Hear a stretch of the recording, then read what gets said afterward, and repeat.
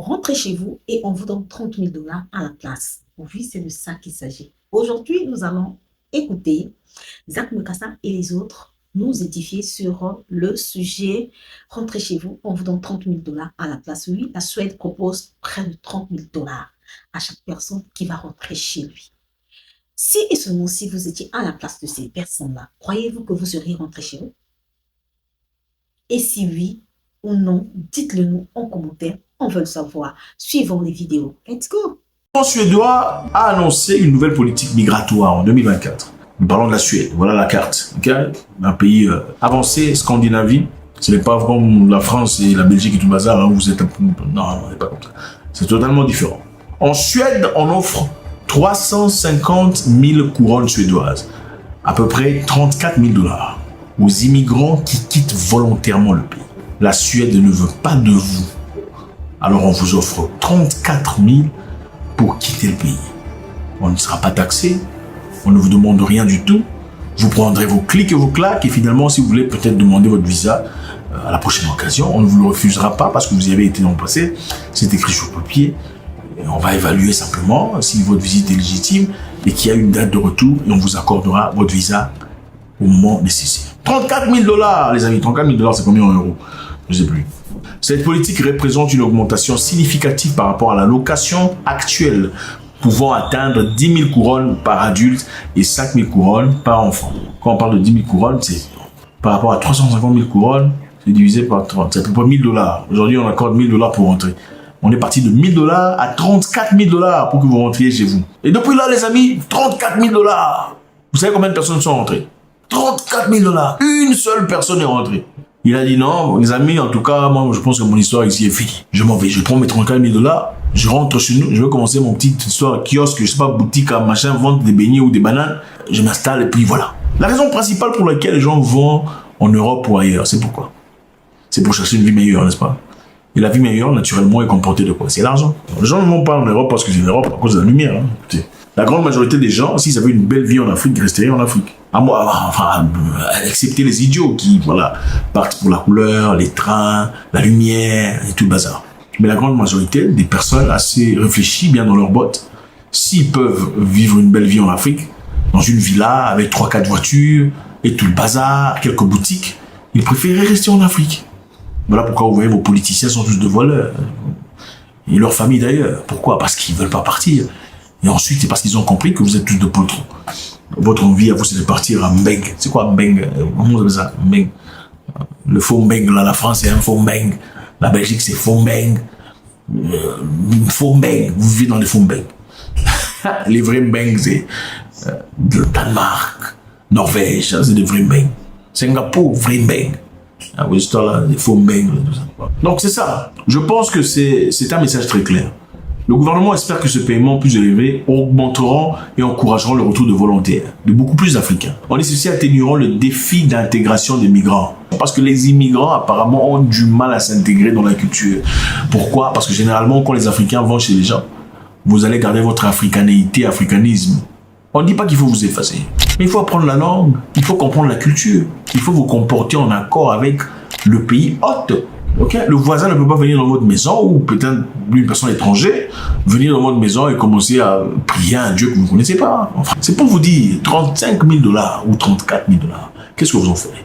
Une personne intelligente fera usage de son cerveau. On peut faire beaucoup de choses avec 34 000 $. Je ne vois pas à quoi ça sert de vivre comme ça. Regardez comment les gens vivent en France. C'est comme ça que les gens vivent dehors, sous la pluie. Vous avez quitté votre maison normale, hein? Regardez, vous avez quitté ça, hein, pour aller vivre ici. C'est l'esclavage dans la tête. Son cas n'aurait jamais fait ça. Jamais de la vie, même s'il était pauvre. Vous pensez qu'il n'y a pas d'allocation alimentaire ou d'allocation maison pour les Français? Les Français blancs, ils en ont. Mais on ne vous en donnera pas parce qu'on ne vous considère pas.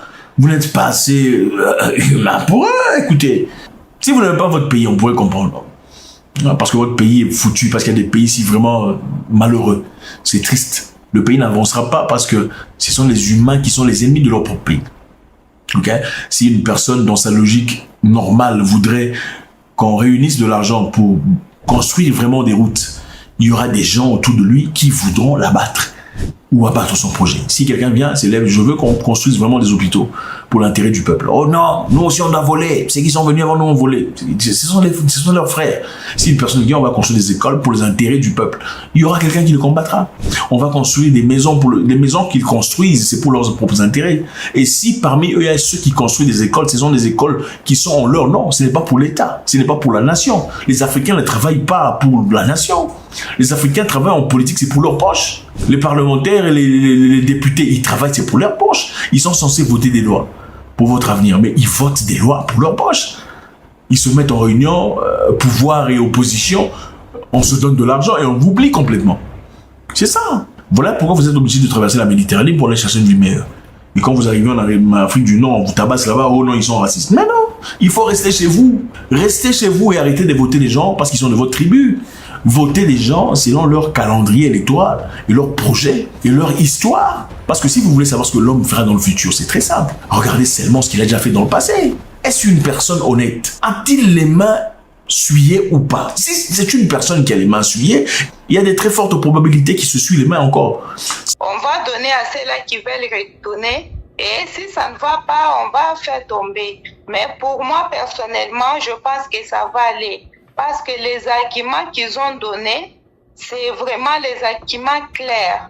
C'est depuis 2015, la Suède a reçu beaucoup d'étrangers, des immigrants ici. Mais sans venant, il y a beaucoup qui ne travaillent plus, ils ne travaillent pas, ils ne font rien. Alors on ne peut pas garder les gens qui ne travaillent pas et puis ils sont là juste pour rien.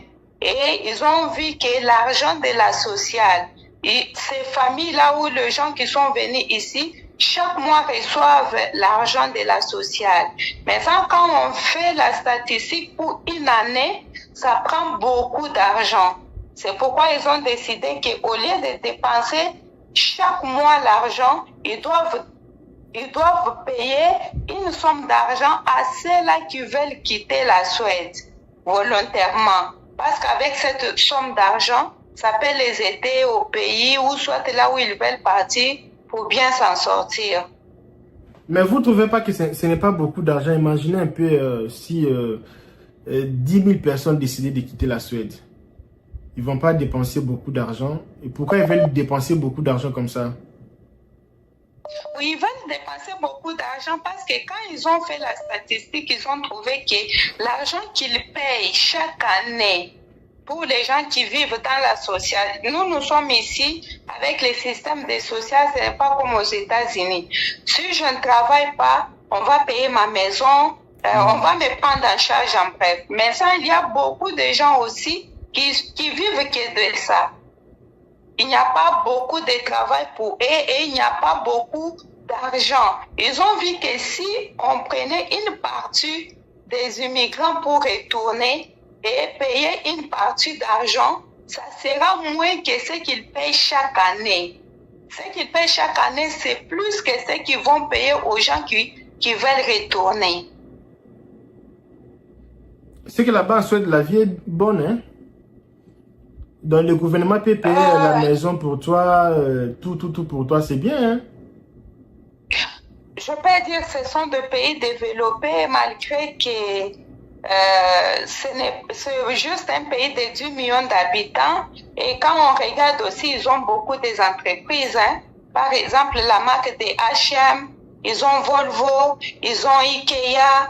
Vraiment, ce sont des gens sur le marketing, ils sont vraiment bien calés, hein. C'est un petit pays, mais qui pèse. Pour l'Europe du Nord, c'est le premier pays riche d'Europe du Nord et c'est un grand pays aussi des Scandinaves. Mais pourquoi les gens ne s'intéressent pas vraiment de la Suède s'il y a beaucoup de bénéfices pareils? C'est un pays aussi qui n'est pas trop connu. Les gens n'en parlent pas beaucoup, je peux dire. Si vous tapez même sur YouTube, vous verrez qu'il y a juste quelques vidéos. Et les gens là même qui parlent de la Suède ne vivent pas en Suède.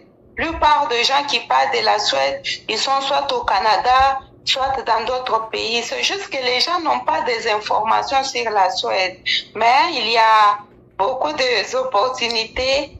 Et je vous dirais aussi que c'est un pays mixte. Hein? C'est pour dire, les amis, ok? 34 000 $ pour rentrer au pays et aller recommencer une vie. Qu'est-ce que vous en pensez? Vous prendrez l'argent ou pas?